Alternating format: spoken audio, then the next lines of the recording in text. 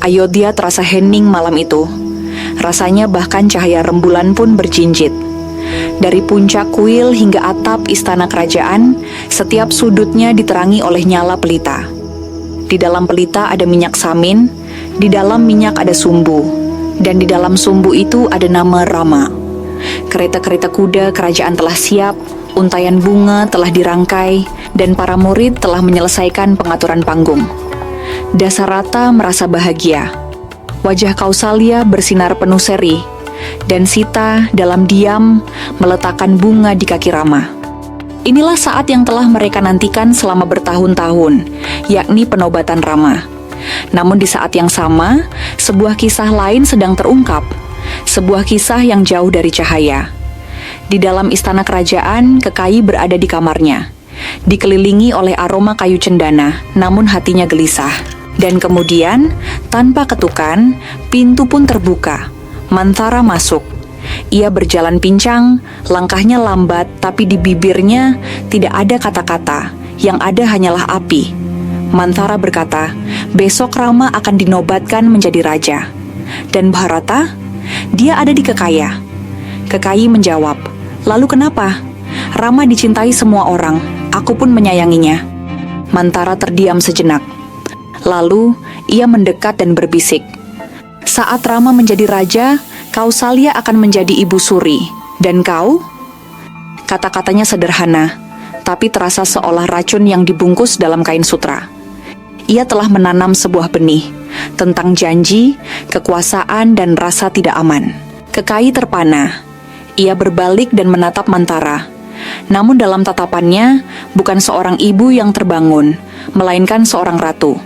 Nyala api pelita itu berkedip.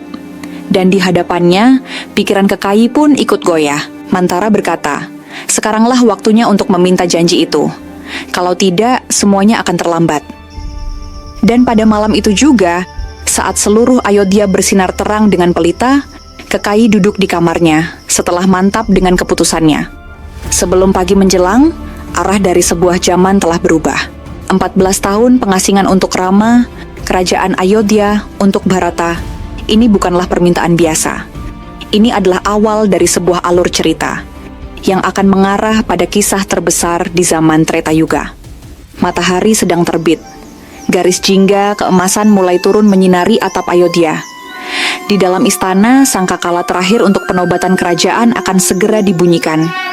Namun saat itu, sesosok wajah laksana rembulan berdiri di gerbang balerung istana. Rama. Ayah memanggilku, katanya. Namun suaranya tidak bersemangat seperti yang seharusnya. Rama berjalan pergi. Perlahan mantap seolah-olah ia sudah tahu segalanya. Di ruang pribadi istana, duduklah Raja Dasarata. Dia membisu laksana batu. Di sampingnya duduk Kekayi. Matanya tampak tegas, tapi di dalam hatinya ada sesuatu yang telah hancur. Dan di hadapan mereka, berdirilah Rama.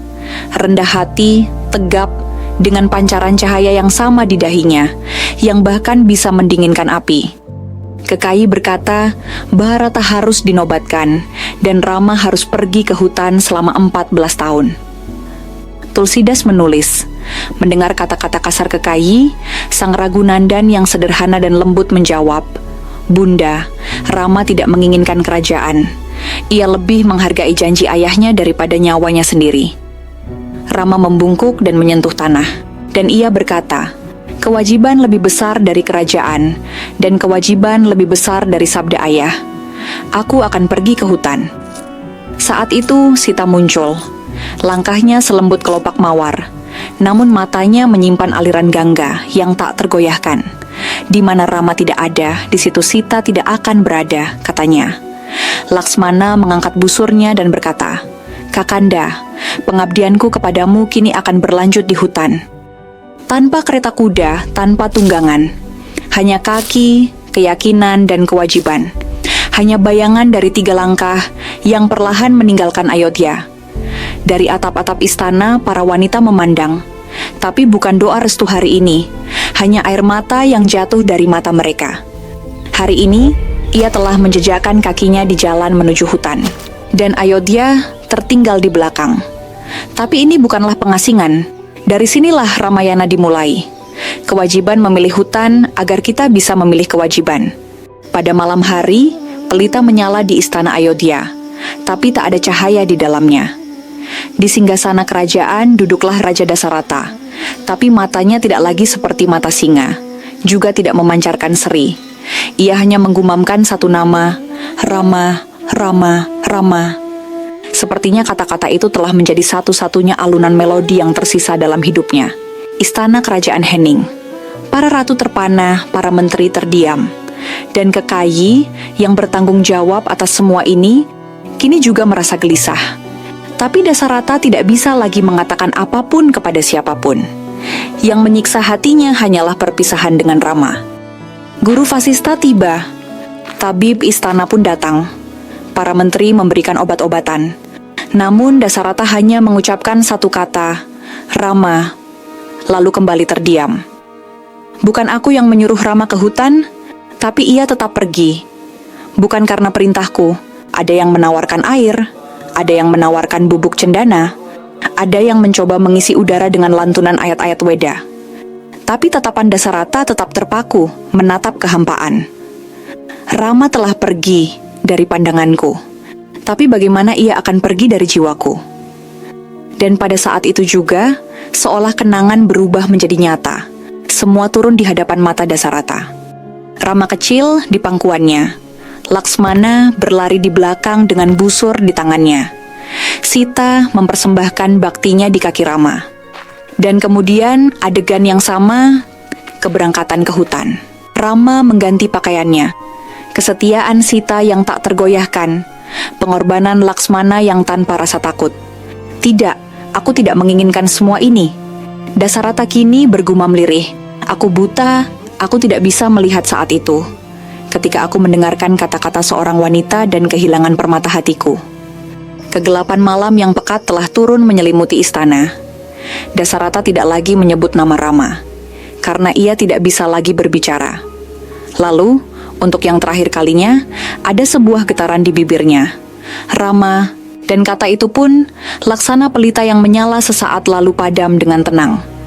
Raja Dasarata, Raja Ayodhya, penguasa dinasti Surya, ayah dari Rama, telah menghembuskan napas terakhirnya. Seluruh Ayodhya pun menangis. Selama berjam-jam, sangkakala tidak berbunyi. Lonceng-lonceng tetap hening. Jalan kerajaan menjadi sepi. Kain katun putih diikat di gerbang istana. Satu-satunya pesan untuk rakyat adalah Raja Dasarata telah tiada, dan mereka yang mendengarnya berdiri terpana. Kekayi yang menginginkan semua ini kini juga terdiam. Rasa iba, keterikatan, penyesalan, semuanya telah menyatu menjadi satu helaan napas yang dingin. Pada akhirnya, jasadnya dihiasi dengan bunga-bunga. Para Brahmana melantunkan ayat-ayat Weda. Guru Vasista mempersiapkan upacara terakhir. Tapi Rama tidak ada di sana. Dan inilah duka yang memberikan Dasarata rasa sakit yang lebih pedih daripada kematian itu sendiri. Ini bukan hanya kematian seorang raja. Ini adalah kisah nyata seorang ayah yang hancur karena perpisahan dengan Rama. Ayah itu yang setiap hari memanggil-manggil putranya, dan pada akhirnya menyerahkan hidupnya demi nama sang putra